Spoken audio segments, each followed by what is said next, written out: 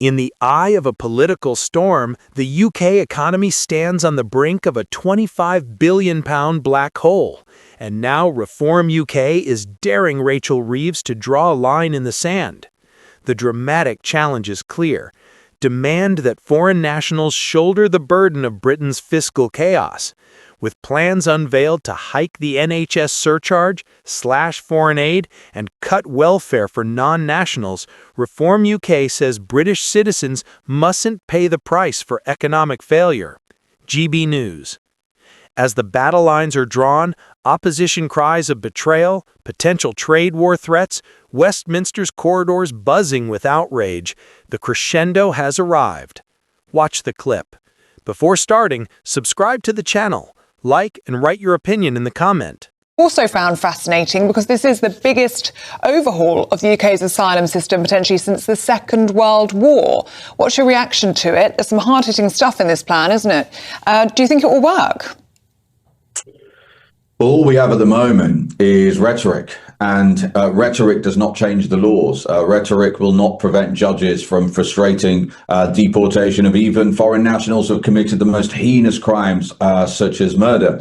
So the answer is, because this is a Labour Home Secretary, I'm afraid it's not going to see the light of day in terms of actually getting legislation passed. Chris, you actually alluded to that. We haven't yet seen a bill. We've already had, I think, 17 at the latest count, backbench Labour MPs publicly come out and condemn the proposals. Some of these MPs are openly calling their own Home Secretary racist. So, look, I mean, Nigel's already somewhat tongue-in-cheek said, look, so Shabana Mahmood, if she really wants to stop the boats and really believes in this stuff, and maybe she does, then put in an application to defect to reform, and we'll see what the team come up with. But the reality is, we've seen this before. When I first saw this legislation, when I saw the news about this on Sunday, the first thing I said was, Shabana Mahmood was doing a Sunak. And what I mean about that is, people watching this program will remember Rishi Sunak as being one of many senior politicians, ministers, or indeed prime ministers in this case, who set themselves, do you remember Rishi actually set himself a KPI? Do you remember that? It was one of his KPIs as prime minister.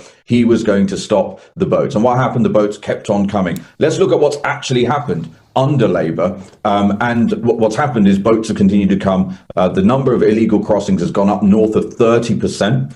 Since Labour came to power. The one in, one out programme is obviously an absolute shambles, and more like a game of the okie dokie. And you know the phrase we haven't heard in a really long time, Chris, is smash the gangs. I don't think I heard the word smash the gangs. There was no smashing of gangs happening in that interview. And the legislation, here's the fundamental point about legislation being critical in politics and the ability to pass it. That borders bill, which was supposed to help them smash the gangs, was introduced in January, Chris, and it still has not passed. So sadly, this is going to be, yet again, lots of rhetoric from the Labour Party. I want to make one other point too for GB News viewers, because in amongst all of this, there was also something of a Trojan horse amongst all the fireworks and distraction over here and the use of the F word in the House of Commons to grab headlines. What was also there is a new, quote, safe and legal routes programme with an unspecified cap. So Labour also Trojan horsing a new asylum programme to bring even more people into the country, and they are unwilling to even put. Well, so Yusuf, you're right on that. Very worried, actually, that this could lead to more immigration into the country. Well, she said last night in the Commons, as you know, that will be hundreds, and that will grow into a bigger number without saying what it is. And she wouldn't tell us, would she, either, what is her target, which we pushed her hard there on what is success. She won't give us those measurables. But don't you think, I mean, are you worried at Reform UK, if this works? Well, for a start, it's proving that you're doing well in the polls. They're responding to your lead. But if this works, it could mean that you're less likely to win power in 2029. If they can sort out the broken border, the immigration border, that's a problem for Reform, isn't it? Chris, we'd be delighted if it worked. Remember, we did. You were at the press conference. Remember, me and Nigel stood beside each other, and we published our Operation Restoring Justice deportation plan. We laid out in detail the legislative reset that was required, not just leaving the ECHR, which Labour are refusing to do, also derogating from every international treaty like the 1951 Refugee Convention, which will then be used to frustrate deportations once you're out of the ECHR if you don't derogate from those things. We laid all of those things out because we actually want to see improvement in this situation. That's the only reason why we did it. So actually, the only reason Shabana Mahmood has come out guns blazing in terms of rhetoric is because of the fact that reform has made this such a big issue. We also saw this with ILR, if you remember that now. There's movement on that as well. The problem is these are all half-baked in the case of ILR, and in this particular situation, there's a reason why she's not committing. I mean, surely it should be the simplest thing in the world. When you ask the Home Secretary how we should judge her plan to stop the boat, the only correct answer is if the boats stop, and she knows that is not going to happen. You alluded to the Home Secretary's appearance in the House of Commons yesterday when she described being called an effing P and being told to go home. How did you feel when she spoke about her experience of racism?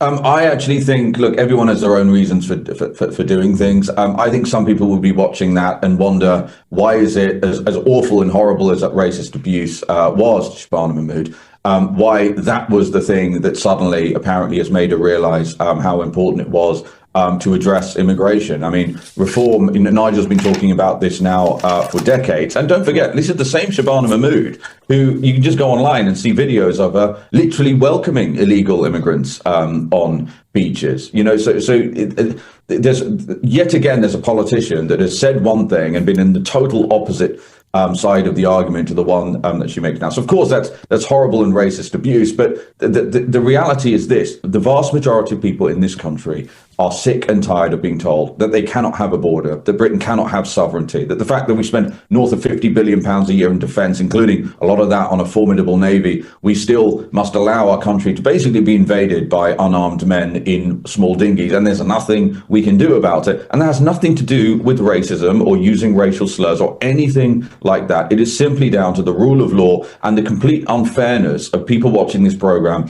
on their way to work right now, who are being asked to spend a significant percentage of their day to pay the state so that billions of pounds can go on putting people up in hotels who have no right to be in the country. Those are the fundamental reasons why this problem needed to be addressed years ago.